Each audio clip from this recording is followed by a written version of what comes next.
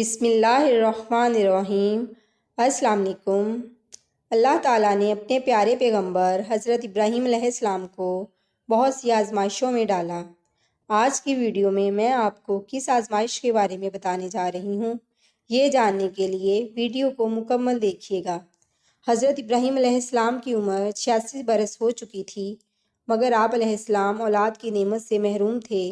حضرت ابراہیم علیہ السلام نے اللہ تبارک و تعالیٰ کی بارگاہ میں کچھ اس طرح سے دعا کی: ربی حبلی من الصالحین، اے میرے پیارے رب، مجھے نیک اور صالحہ بیٹا عطا کر۔ یہ دعا اللہ تبارک و تعالیٰ کی بارگاہ میں قبول ہوئی۔ دوسری بیوی حضرت ہاجرہ کی طرف سے یہ خوشخبری سنا دی گئی۔ حضرت اسماعیل علیہ السلام کی پیدائش حضرت بی بی ہاجرہ سے ہوئی۔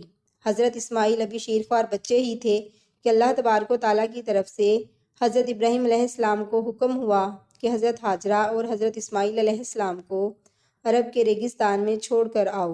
حضرت ابراہیم علیہ السلام حضرت ہاجرہ اور حضرت اسماعیل علیہ السلام کو لے کر اسی جگہ پر آئے جہاں آج خانہ کعبہ ہے۔ اس زمانے میں یہ جگہ بالکل غیر آباد تھی، وہاں کوئی بھی بسنے والا نہیں تھا، بالکل ریگستان کی طرح تھی یہ جگہ۔ آپ علیہ السلام نے اپنی بیوی اور بیٹے کو ایک تھیلی کھجور اور ایک مشکیزہ پانی کے ہمراہ وہاں تنہا چھوڑ دیا۔ جب آپ انہیں وہاں چھوڑ کر واپس آنے لگے تو حضرت ہاجرہ رضی اللہ تعالیٰ عنہا نے پوچھا: اے میرے شوہر، آپ ہمیں یہاں تنہائی میں چھوڑ کر کہاں جا رہی ہیں؟ آپ خاموش رہے۔ حضرت ہاجرہ نے دوسری بار پھر پوچھا، آپ پھر خاموش رہے۔ حضرت ہاجرہ نے تیسری بار پھر یہی سوال کیا کہ ہمیں چھوڑ کر کہاں جا رہے ہیں؟ تو حضرت ابراہیم علیہ السلام نے فرمایا کہ مجھے اللہ تبارک و تعالیٰ کی طرف سے حکم ہوا ہے کہ آپ کو اور ہمارے بیٹے اسماعیل علیہ السلام کو یہاں صحرا میں چھوڑ کر چلا جاؤں۔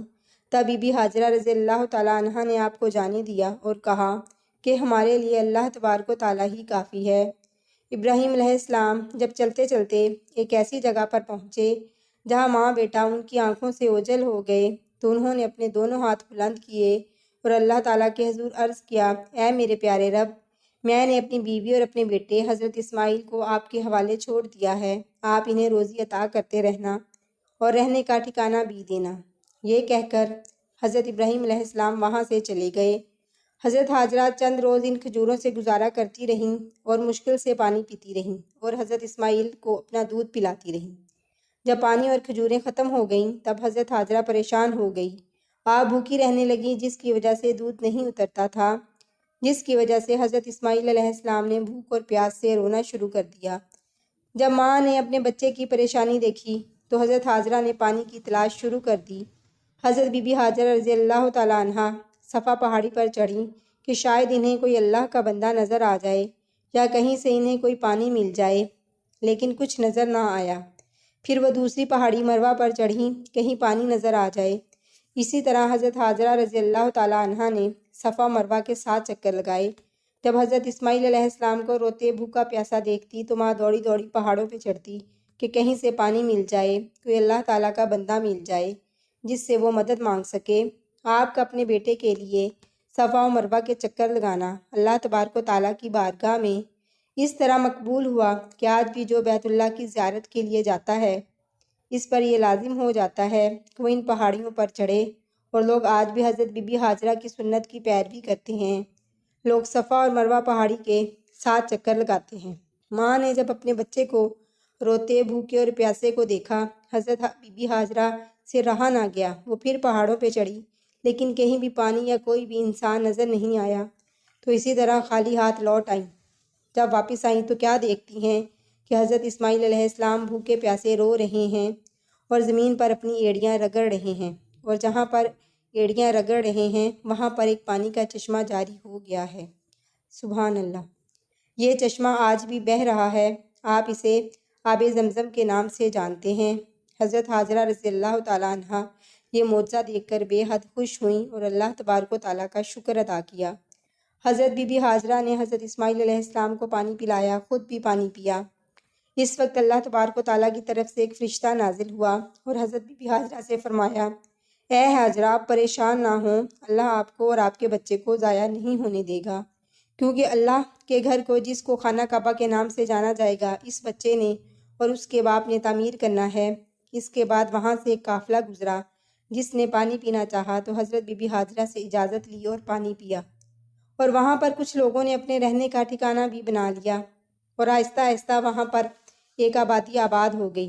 حضرت اسماعیل علیہ السلام کا بچپن اسی جگہ پر گزرا۔ اللہ تبارک و تعالیٰ نے پانی کے ساتھ ساتھ وہاں پر کھجوروں کے درخت بھی اگا دیے، جن سے حضرت بی بی حاجرہ گزارا کرتیں اور حضرت اسماعیل علیہ السلام کو بھی کھلاتیں اور پانی پلاتیں۔ اور اب یہاں آہستہ آہستہ پرندے بھی آنے لگے، پانی پیتے، کھجوریں کھاتے۔ وہاں سے جو بھی گزرتا کھجوروں اور پانی کو دیکھ کر وہاں پر آباد ہو جاتا۔ آہستہ آہستہ ایک بڑی آبادی بن گئی کہ کھانے کی اشیاء بھی ہیں اور پینے کی اشیاء بھی ہیں۔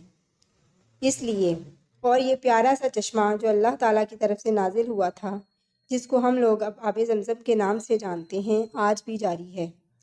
حضرت محمد صلی اللہ علیہ وآلہ وسلم کے زمانے میں زمزم کنویں کے گرد گول پتھروں کی دیوار ہوا کرتی تھی، اور پھر وقت گزرنے کے ساتھ ساتھ ترکیوں کے دور حکومت میں زمزم کے کنویں کے اوپر لوہے کی جالیوں کا ایک جنگلہ لگایا گیا، اور اس کے اوپر لگی بالٹی کے ذریعے پانی نکالا جاتا تھا۔ کچھ عرصہ پہلے خانہ کعبہ میں زمزم کا کنواں اس شکل میں تھا، اور جو سیڑھیاں نظر آتی ہیں یہاں سے لوگ زمزم کی جگہ پر جاتے تھے، اور خانہ کعبہ کے پاس جو بلڈنگ نظر آ رہی ہے یہ زمزم کنویں کے بالکل اوپر ہے۔ اس پر ٹوٹیاں لگی ہوئی تھیں جہاں سے لوگ پانی پیتے تھے۔ بعد میں طواف میں آسانی کے لیے بلڈنگ کو ختم کر کے صرف سیڑھیاں رہنے دیں، لیکن اس کے بعد اور آسانی کے لیے ان سیڑھیوں کو بھی ختم کر دیا گیا اور اس کی جگہ ٹائلز لگوا دی گئیں، اور یہ گول سا نشان رہنے دیا جس کے اوپر بحر زمزم لکھا ہوا ہے۔ یہ نشانی ہے کہ نبی کریم صلی اللہ علیہ وآلہ وسلم کے زمانے میں یہاں کنواں ہوا کرتا تھا، لیکن اب اسے بھی ختم کر دیا گیا ہے۔ لیکن یاد رکھیں کہ خانہ کعبہ سے 21 کلومیٹر کے فاصلے پر آب زمزم ہے۔ زمین کے اندر زمزم کے 2 چشمے ہیں، ایک چشمے کا پانی خانہ کعبہ کی ڈائریکشن سے آتا ہے، اور دوسرے چشمے کا پانی کس ڈائریکشن سے آتا ہے یہ اللہ ہی بہتر جانتا ہے۔